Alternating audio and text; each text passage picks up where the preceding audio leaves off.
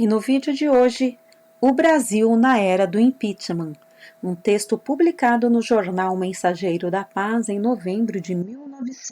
O povo que não conhece a sua história está condenado a repeti-la.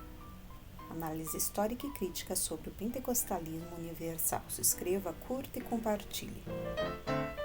Primeira vez na história do Brasil, deputados autorizaram processo contra o presidente da República, levando multidões ao delírio em várias cidades do país. Aos gritos, aplausos e abraços, os guerreiros da Batalha do Impeachment, que estavam nas galerias da Câmara dos Deputados, se juntaram aos deputados e cantaram um trecho do hino da Independência.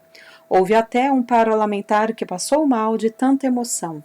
Quanta emoção! As ruas, de caras pintadas, com bandeiras verde e amarelas, queimando as bandeiras negras, soltando balões e fazendo com que os céus fossem iluminados por fogos de artifícios em uma comemoração comparada somente à conquista do tricampeonato mundial de futebol, segundo a observação de um jornal italiano. Estonteante foi presenciar, no momento da votação, alguns parlamentares tidos como os amigos do presidente votarem contra o amigo.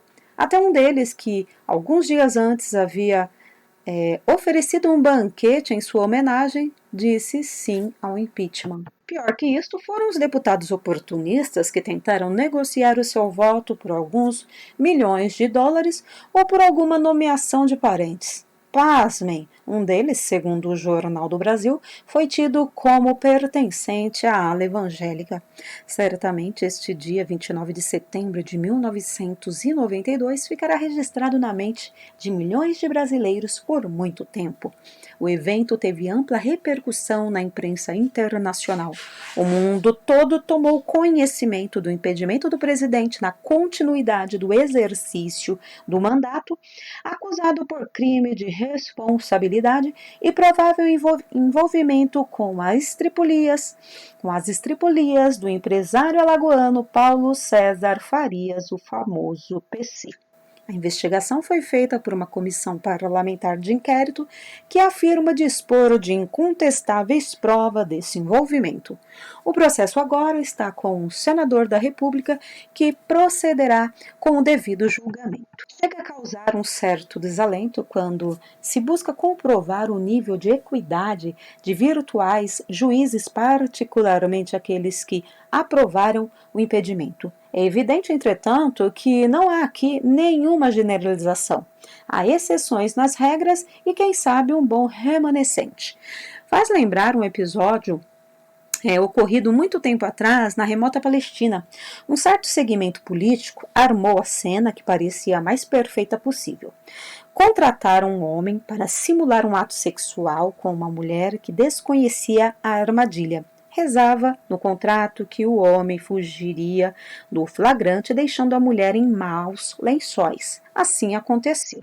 Arrancaram a mulher seminua e a trouxeram perante um juiz que, de passagem naquela cidade, palestrava com o povo, pois também era célebre educador. Evocaram a penalidade máxima por apedrejamento prescrita na Constituição daquele país.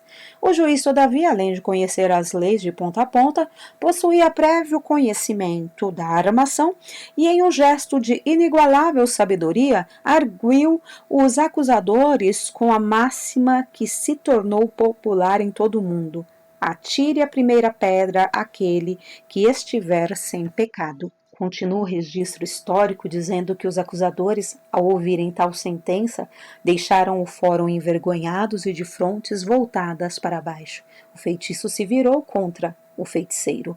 Mediante o amor que lhe era peculiar, o Supremo Juiz despediu aquela mulher com a seguinte observação: vai e não peques mais. É claro que, com este gesto, aquele juiz não estava concordando com o ato da mulher, nem justificando um erro pelo fato de não haver um justo para punir os culpados. Um erro jamais pode justificar outro erro. O que diz por causar desalento é o temor que este processo venha estacionar por aí mesmo sob o efeito chamado bode expiatório. Porém, Se o que ocorreu no último dia 29 de setembro for apenas o início de um processo abrangente e irrestrito, o povo ficarão de ânimos amenizados. Se isto for apenas a queda da primeira pedra do popular efeito dominó, tudo bem. Que a verdade prevaleça, como bem afirmou Fernando Collor. Estará elucidada a manchete de um jornal europeu que enalteceu a maturidade do país com a votação do impeachment. Quem sabe, desmistificando a antiga ideia de que o Brasil não é um país sério, conforme afirmou o estadista francês. O jurista Evandro Lins e Silva, ministro aposentado do STF, quando se referiu ao falido sistema penitenciário brasileiro, em artigo publicado no último dia 16 de outubro de 1992 no Jornal do Brasil. Os que desfalcam bilhões ou trilhões dos cofres públicos ou da economia popular, lá não se encontravam, estão soltos e poucos acreditam que eles tenham o mesmo destino daqueles miseráveis. Para esses, preconizo como pena muito mais eficaz o confisco de tudo quanto roubaram ou fraudaram, além da pena de perda dos direitos políticos, para que não venham nas próximas eleições alçados à condição de senadores ou deputados com as imunidades do cargo e do estilo. Se esta onda pegar mesmo, que se cuidem corruptos e corruptores.